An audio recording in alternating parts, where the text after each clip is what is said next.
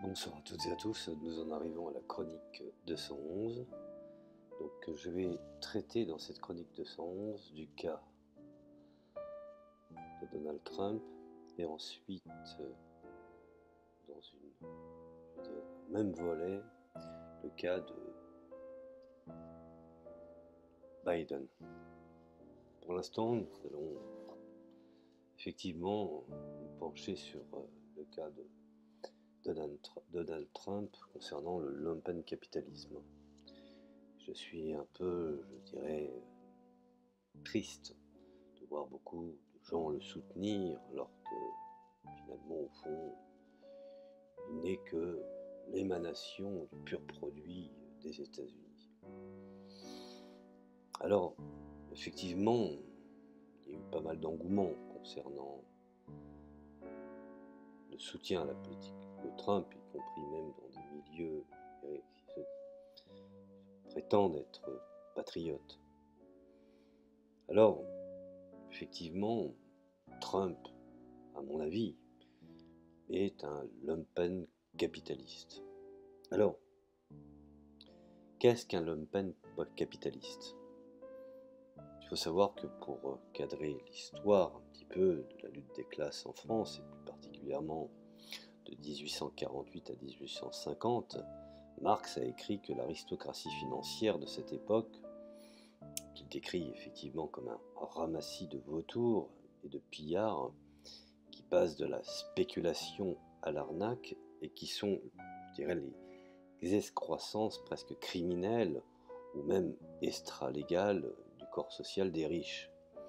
Un peu comme le lumpenprolétariat, qui est une excroissance de la classe des pauvres. C'est en cela que ce nouveau regard est intéressant pour réadapter finalement à l'image du monde tel qu'il est actuellement. Alors l'essence du capitalisme lumpen de Trump, je dirais, s'exprime de nombreuses manières, à commencer par ses opérations financières louches et illégales, ou à la limite de celles-ci, je dirais. Son côté voyou et boute-en-train, certes, peut susciter la sympathie chez les lumpenprolétariats désabusés, mais les capitalistes normaux prennent souvent des raccourcis illégaux à la recherche de profit. Par exemple, éviter de payer des impôts, enfreindre, je dirais, les réglementations gouvernementales, écraser illégalement les campagnes syndicales, et tout cela bien entendu dans le cadre de la gestion d'entreprises capitalistes. Alors pour le lumpen capitaliste, Trump, cependant je voudrais préciser que ces raccourcis constituent sa stratégie principale. Il vend une image, mais il reste quand même, je dirais, dans les hautes sphères de la haute finance et de la réussite du capital. Alors, bien entendu, les exemples de cela abondent, à commencer par ces opérations financières. Les capitalistes normaux peuvent régulièrement emprunter de l'argent auprès de banques et d'autres institutions financières pour, je dirais, gérer leurs affaires, mais ils n'ont recours à la faillite qu'occasionnellement, généralement dernier recours. Mais en tant que roi de la dette, les entreprises de Trump ont fait faillite pas moins de 6 fois, 5 fois pour ses casinos et une fois pour le Plaza Hotel de New York. Alors, Trump, à partir des années 90, a rencontré secrètement des représentants de plusieurs grandes banques américaines afin de, je dirais, de trouver un moyen de sortir de son incroyable dette bancaire de 2 milliards de dollars, comprenant un passif personnel de 800 millions de dollars en garantie et prêt de plus d'1 milliard de dollars de junk bond. Et effectivement, Trump était devenu en moins de 10 ans ce que finalement Marie Brenner de Vanity Fair appelait le Brésil de Manhattan, avec des paiements d'intérêts annuels d'environ 350 millions de dollars dépassant ses flux de trésorerie. Alors, vous voyez qu'on est vraiment dans le banditisme. C'est pour ça que quand je vois beaucoup de gens le soutenir, à commencer par des gens qui se disent patriotes social, je me pose énormément de questions. Bref, pour Poursuivons. Il dit que, effectivement, les poursuites contre son université, Trump, ont en outre, je dirais, révélé l'étendue de ses opérations financières sombres. C'est en cela que je considère qu'il est un voyou, effectivement, et il a fondé cette université, je dirais, à but lucratif en 2005 pour offrir des cours en immobilier, voire même en gestion d'actifs, entre autres. Alors, ce n'était bien entendu pas accrédité, il n'a pas non plus donné de notes, conféré de crédits universitaires ou octroyé de diplômes. Ils n'ont pas peur de le dire. Quelques années après sa création, le procureur général de New York, ma foi, enquêta sur cette affaire et poursuivit, je dirais, pour des pratiques, je dirais, commerciales illégales. Il a mis en place effectivement des enquêtes extrêmement lourdes et profondes, dont le résultat fut bien conséquent. Alors, 2 recours collectifs ont également été intentés devant un tribunal fédéral, alléguant que les étudiants étaient victimes de pratiques commerciales trompeuses, de tactiques de vente agressives. Après son élection à la présidence, Trump a versé 25 millions de dollars aux victimes et a réglé l'affaire, même s'il avait promis à plusieurs reprises de ne pas le faire. Bon, bref.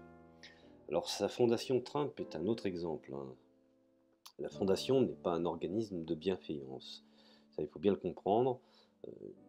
Font pas dans la bienfaisance, bon, ni dans la bienveillance, effectivement, mais tout simplement une autre astuce, en utilisant bien entendu les lois américaines afin d'éviter de payer des impôts. Il faut savoir qu'aux États-Unis, quand on monte une fondation, on est exonéré d'impôts. Alors le plus important, dont je dirais qui a été déclaré par la fondation pour la somme de 264 000 dollars, a été utilisé pour rénover la fontaine devant le Trump Palace Hotel de New York, qui, ce dernier, appartient encore à Trump. Alors, parmi les autres activités douteuses figurent ses contributions illégales en 2013 à la réélection de Pat Bondi, procureur général de la Floride. Le 2 octobre 2018, le New York Times a publié un rapport d'enquête plus que dévastateur sur le fait que Trump réfute l'argument selon lequel son père, Fred Trump, ne lui aurait prêté qu'1 million de dollars pour démarrer sa carrière dans le monde des affaires. En fait, les choses sont tout à fait différentes. Fidèle à l'image d'Hollywood qui sait nous vendre effectivement des chimères. Alors en fait, comme le rapport l'indique, je vais bien préciser là-dessus, Donald Trump a reçu de son père au moins 60,7 millions de dollars. 140 millions de dollars en dollars aujourd'hui, si on établit le change par rapport au niveau de vie. Alors le rapport détaille également de nombreuses manières douteuses et totalement illégales par lesquelles Donald Trump a évité de payer des centaines de millions de dollars en taxes et en donations de succession, n'hésitant pas à utiliser bien entendu les milieux mafieux pour toute forme d'intimidation. Alors, le caractère le plus révélateur du personnage de Donald Trump est, en conclusion, qu'il a essayé en 90 de prendre le contrôle total des affaires et de la fortune de son père, alors âgé à l'époque de 85 ans.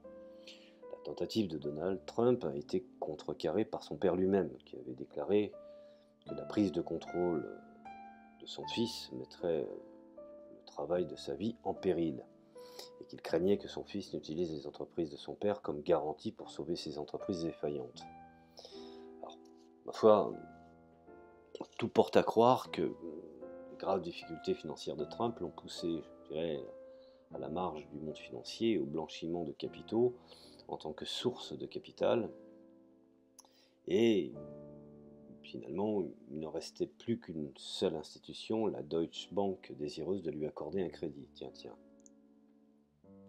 Ce qui a conduit finalement Trump à, comme je dirais, commencer à s'appuyer sur des personnages et des réseaux douteux, créant ainsi des arrangements financiers baroques, impliquant, je dirais même, des sociétés écrans, utilisant des pseudonymes sur les contrats et cacher ses déclarations de revenus. Et dans les activités financières très subjectives de blanchiment d'argent, Trump a commencé à utiliser d'importantes sommes d'argent pour acheter d'immenses propriétés allant, je dirais, jusqu'à 400 millions de dollars, euh, jusqu'à 2006, me semble-t-il. Alors une grande partie de cet argent provenait de la vente de ces propriétés des oligarques russes. Ah, c'est pour ça maintenant qu'on commence à comprendre les choses. Alors effectivement, il fut en bisbille dans les années 90, au moment où les Américains commençaient à vouloir changer je dirais la Russie nouvelle en Eldorado du capitalisme. Et donc, beaucoup de propriétés ont été vendues aux oligarques russes de l'époque. Alors, il y a une enquête qui a été menée par Reuters, semble-t-il, en 2017, qui a révélé que des acheteurs russes avaient acheté près de 100 millions de dollars de condos en Floride à Trump, et qu'un milliardaire russo-canadien avait investi des dollars dans une propriété de Trump à Toronto, notamment en versant une commission de 100 millions de dollars. Et en outre, Trump a passé, je dirais, des accords similaires avec des blanchisseurs d'argent connus au Kazakhstan, des entreprises corrompues en Inde et un exploitant de casinos louches au Vietnam. Même son casino Taj Mahal a été, je dirais, accusé à 2 reprises, en 1998 et en 2015, d'avoir violé les lois anti-blanchiment d'argent.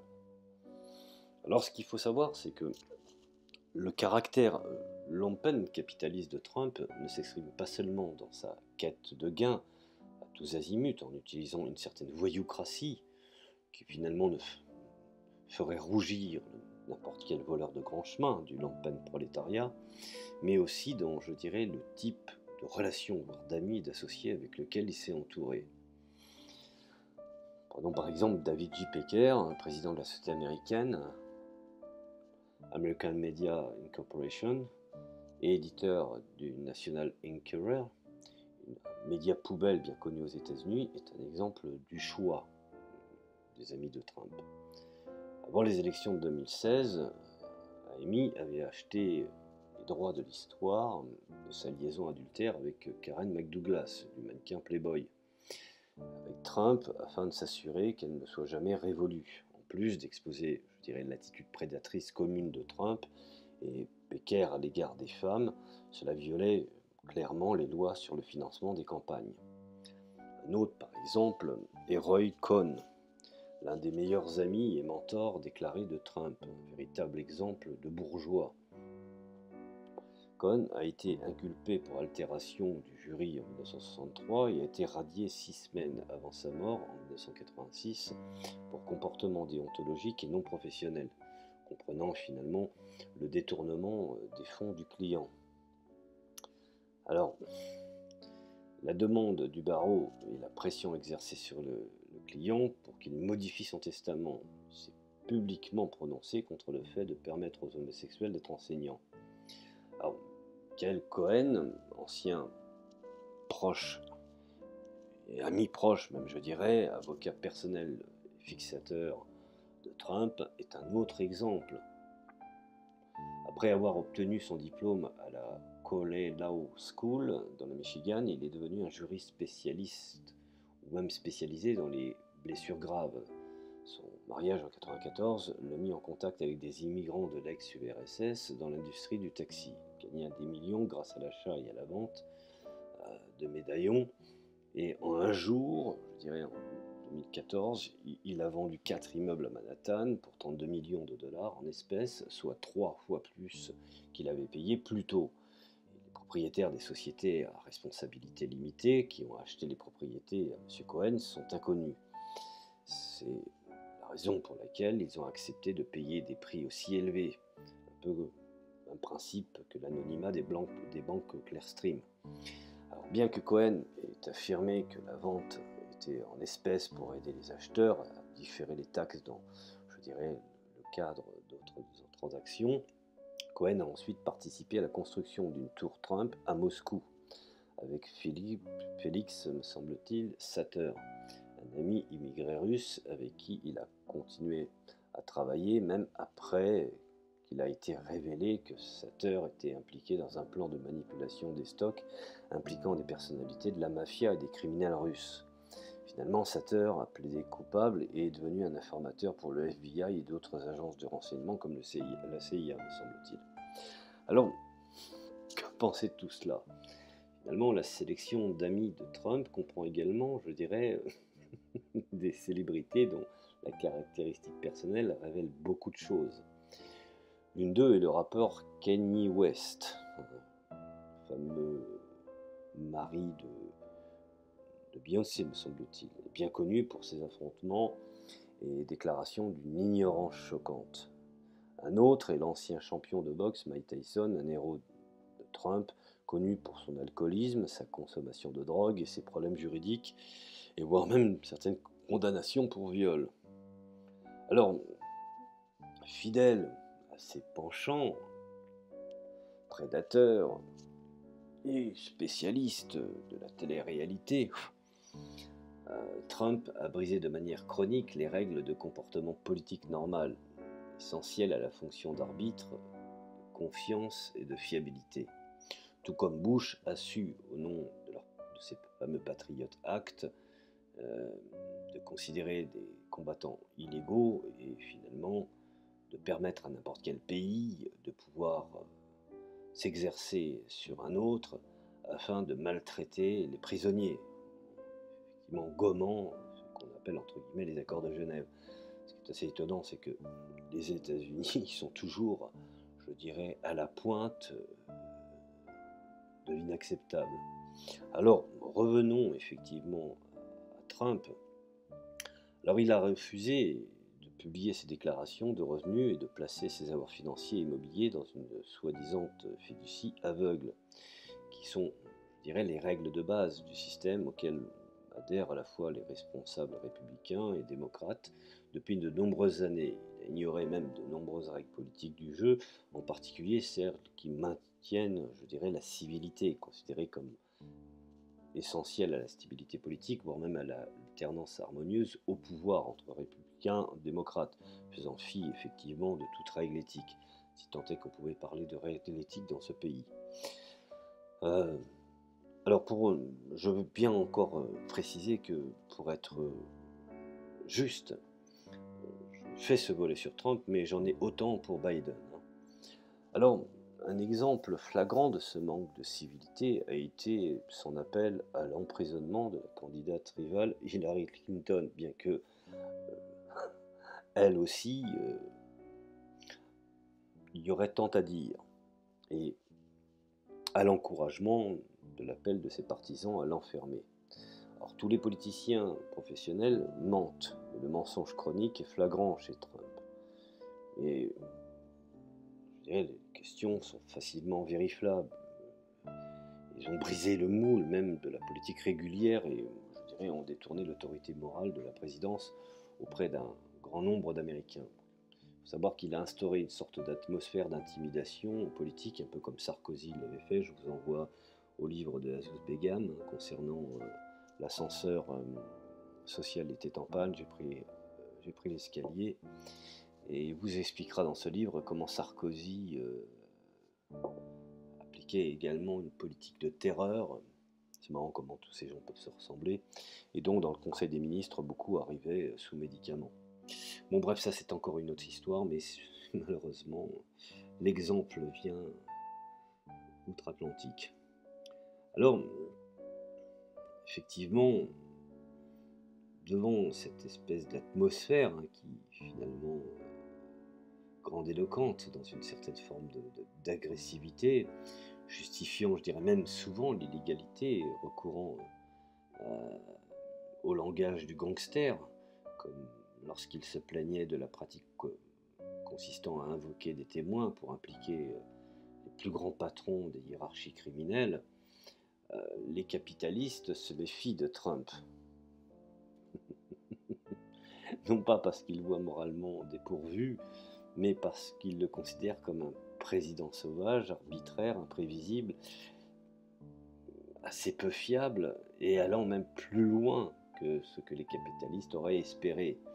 Alors même si les capitalistes américains ont une grande partie tiré, je dirais, profit de sa présidence, ils le voient comme un acteur politique extérieur avec qui il est impossible de parvenir à une compréhension mutuelle. Ce à quoi, je dirais, il faut s'attendre. Et c'est l'une des principales raisons pour lesquelles une grande partie de la presse d'élite, comme le New York Times ou le Washington Post, s'est opposée à Trump. Ce qui est inhabituel dans la politique américaine, sauf peut-être pendant la période du Watergate de Nixon. Mais n'oublions pas que le New York Times ou Washington Post considère que Trump va trop loin dans le capitalisme, alors que finalement, au fond, il n'est que l'aboutissement de ce que le capitalisme débridé sans foi et loi est réellement dans son code génétique en devenir. Alors, il faut bien comprendre également que fin 2016, aucun directeur général d'une entreprise du groupe Fortune 100 n'avait fait de dons à sa campagne. C'était en contraste avec la campagne présidentielle de 2012, lorsque, selon le Wall Street Journal, près du tiers des PDG Fortune des 100 avaient alors soutenu la candidature du républicain Mitt Romney, comme au cours de la saison primaire de 2016. 19 des 100 plus grandes entreprises du pays avaient contribué aux campagnes de Jeb Bush, de Marco Rubio, et pour sa part, la candidate démocrate Hillary Clinton avait reçu 2 fois plus de dons de dirigeants de Fortune 100 que le président Obama en 2012.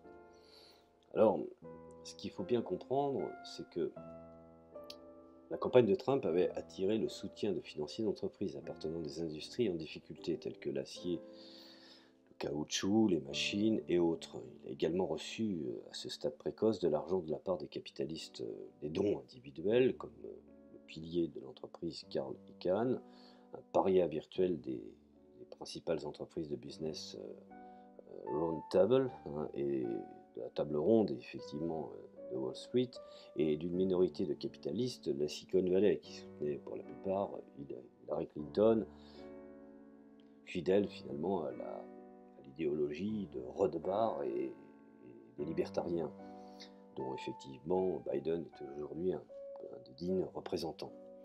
Et dont Peter Thiel, plus le dirigeant de Microsoft ou de Cisco Systems, ont respectivement contribué pour plus d'1 million de dollars, et à environ 44 millions de dollars, me semble-t-il, à la campagne de Trump. Alors il est vrai qu'après que Trump ait obtenu le nombre de délégués aux primaires républicaines nécessaires, je dirais, pour obtenir sa nomination à la présidence, un nombre croissant de sociétés capitalistes ont commencé à contribuer à sa campagne, dans l'espoir effectivement de favoriser, je dirais, la bonne volonté de Trump s'il devait être élu président. Outre l'industrie minière, les nouveaux contributeurs comprenaient Big Pharma, inquiet du discours d'Hillary Clinton sur la réglementation des prix des médicaments, les industries du tabac, de la chimie, du pétrole, des télécommunications, et en particulier AT&T, des dirigeants des grandes banques, les Bank of America, la JP Morgan, la Morgan Stanley, la Wells Fargo, ont contribué à hauteur de 900 millions de dollars lors des élections, et les dépenses totales de Trump, de toutes sources confondues, ont totalisé plus de 861 millions de dollars contre 1,4 milliard de dollars pour la campagne de Clinton. Indéniablement, Hillary Clinton et non Trump étaient les candidats à la présidence pour la majorité de la classe capitaliste. Vous voyez que finalement, comme disait Georges Marchais, bonnet blanc et blanc bonnet.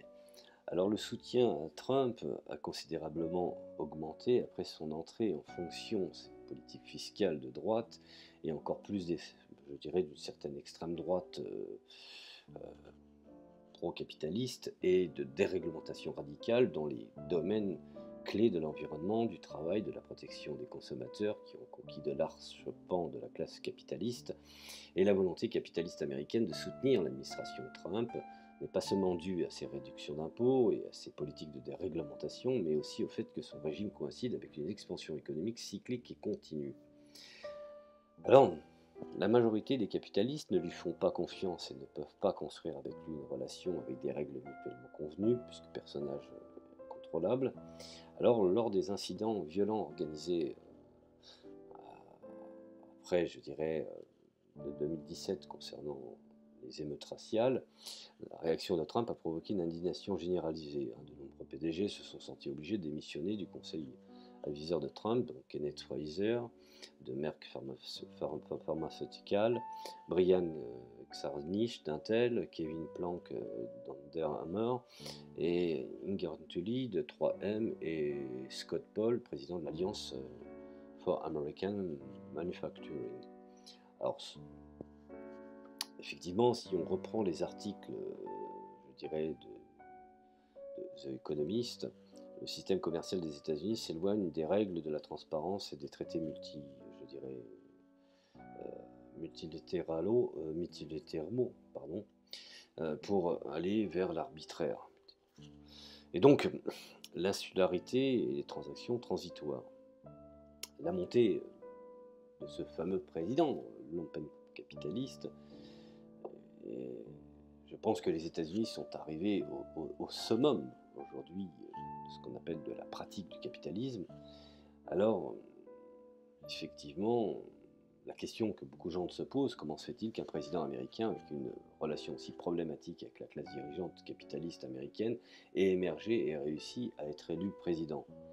Alors, paradoxalement, je dirais que lorsqu'il est entré en fonction en janvier 2017, il avait des liens beaucoup plus, je dirais, faibles avec l'ensemble de la classe capitaliste américaine que ceux d'Obama Clinton et le père de Bush et Bush fils et Reagan et Carter.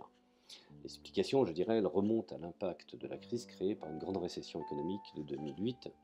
Et cette récession s'ajoute, je dirais, aux effets à long terme de la désindustrialisation croissante que subissent, je dirais, les travailleurs américains et face à laquelle le Parti démocrate, qu'il soit dirigé par Jimmy Carter, Bill Clinton ou Barack Obama, n'a absolument rien fait. C'est pour ça que, en l'occurrence, je ne fais pas de différence. Alors, le cas paradigmatique qui était la Virginie occidentale, qui est un État fortement démocrate et une économie basée sur l'extraction du charbon, et le syndicat des travailleurs unis des mines, le UMW, autrefois politiquement puissant, qui avait négligé, effectivement, était négligé plutôt par le Parti démocrate lorsque le secteur minier avait commencé à présenter des signes de déclinaison, et voire même jusqu'à décliner, entraînant chômage et sous-emploi. Une tendance similaire a été suivie en 2016 par des États comme le Michigan, l'Ohio, la Pennsylvanie, et la perte des États a scellé, je dirais, la défaite de la campagne de 2016 de Hillary Clinton. Alors en 2016, dans l'ensemble des États-Unis, des millions de familles américaines qui avaient vécu une augmentation du niveau de vie et de la mobilité sociale au cours des 30 années qu'on a appelées les 30 glorieuses également, entre 1945 et 1975, ne s'attendaient plus à ce que leurs enfants soient endettés. Les emplois étaient de plus en plus limités au secteur non syndiqué, à bas salaire, tels que la logistique, les centres d'appel, l'hôtellerie, les soins de santé, alors que les bons emplois, souvent techniques, nécessitaient pour la plupart une formation post-doctorale. Et cette situation, je dirais, constitue le contexte économique et social de la croissance de l'épidémie, je dirais, opioïde, au sein des populations blanches et de plus en plus minoritaires. N'oublions pas qu'il a bien été établi qu'à partir de 2032, la langue hispanique sera majoritaire aux États-Unis. Donc cela pourrait étayer, effectivement, je vous renvoie au rapport de l'OCDE qui sont fort intéressants là-dessus, et également de l'INSEE, donc pour ceux qui ont effectivement des connaissances en statistiques. Alors, devant tout cela, bien entendu, ce fut du pain béni. Trump a promis un changement, je dirais, aux victimes de la crise, notamment à ceux qui avaient voté pour Obama. Trump a proposé le protectionnisme comme solution au problème des travailleurs américains. Il a même courtisé le soutien d'Américains blancs, épousant parfois ouvertement des vues racistes, nativistes et chauvinistes. Astucieusement, il a assuré aux électeurs, je dirais, qu'il laisserait, je dirais, la sécurité sociale et l'assurance maladie intacte, des programmes sociaux que des hommes politiques plus ouvertement néolibéraux comme Paul Ryan avaient menacé de supprimer dans un certain temps. Et ce faisant, je dirais, il a lancé un appel au grand nombre d'Américains blancs qui pensaient à tort qu'ils avaient entièrement payé ces avantages par le biais de leurs contributions individuelles tout au long de leur vie. Alors, contrairement au programme de protection sociale que les pauvres non respectables sont supposés obtenir aux dépens de la classe moyenne et ouvrière respectable. Alors l'élection de Trump et sa présidence soulèvent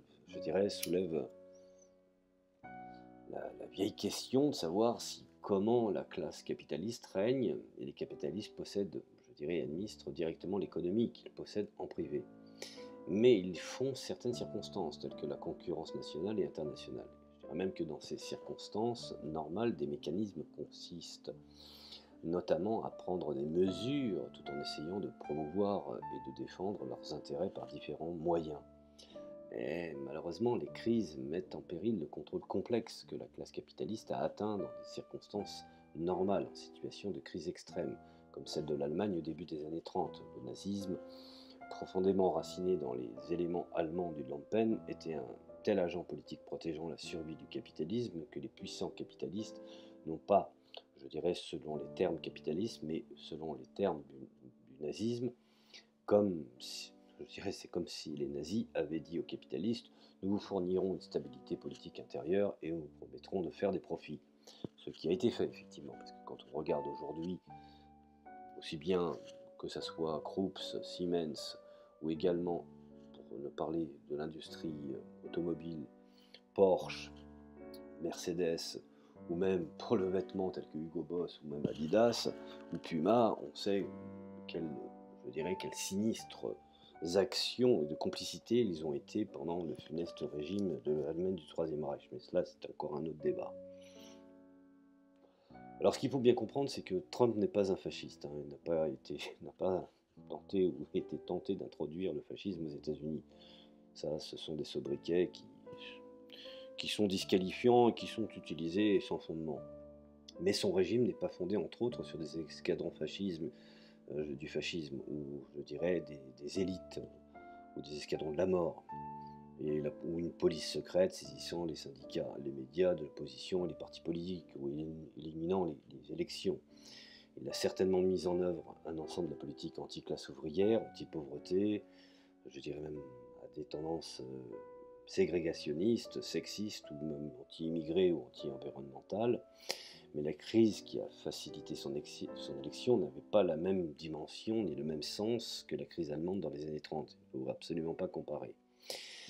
Selon ces normes, il s'agit plutôt d'une crise moyenne qui reposait sur une large mesure sur l'impact de la grande récession de 2008 et la baisse antérieure du revenu, voire même du niveau de vie, de la croissance substantielle de l'inégalité aux États-Unis. Alors jusqu'à présent, Trump a réussi à conserver la loyauté de l'écrasante majorité des républicains. L'alliance du conservatisme religieux, du nationalisme blanc construite par Trump pourrait s'avérer, je dirais, plus solide que durable, que l'alliance américaine, je dirais, républicaine néolibérale religieuse qui l'a précédée. Or, on voit bien aujourd'hui que l'ironie, bien sûr, est que Trump met en œuvre un programme néolibéral, ultra-orthodoxe, certainement pas dans le commerce international où je dirais, il dévie de la ligne républicaine néolibérale, mais dans ce qui compte le plus, beaucoup plus, le démantèlement des politiques fiscales et réglementaires, en particulier dans le travail, l'environnement et la protection des consommateurs, accompagnés, dans le cas particulier, du vieil accent raciste sur la réduction des droits civils et du droit de vote. Mais encore une fois, si Trump aujourd'hui a perdu les élections, effectivement, ça va être la tambouille états-unienne, il n'en demeure pas moins que Biden ne fera pas mieux. Et en guise de conclusion, on peut dire aujourd'hui, fidèle à Marx, que la convergence entre la dynamique du lumpenprolétariat comme étant des voyous crasseux, ignorants, ignares et s'attaquant à sa propre classe, nous avons aujourd'hui un lumpen capitaliste qui a su utiliser les méthodes des bandits de la classe ouvrière adaptées aux classes capitalistes. Et c'est une raison pourquoi on peut qualifier aujourd'hui de Trump comme étant un lumpen capitaliste, où la voyoucratie est devenue ce qu'on appelle une sorte de norme exercé sans vergogne. Voilà, je vous remercie de m'avoir écouté. La prochaine fois, je vous ferai également une petite audio sur Biden qui vaut aussi, je dirais, son importance, puisque Biden est une pourriture au même titre que Trump. Et donc, je reviens à ce que je vous dis, bonnet blanc, blanc bonnet, cela est, je dirais, à l'identique. Tout cela nous provient de leur système américain. Ce n'est pas le problème, encore une fois, des hommes politiques ou des représentants du fiasco et du cirque médiatique, politico-médiatique américain, mais bel et bien du système américain. Voilà, je vous remercie de m'avoir écouté et je vous dis à la prochaine chronique.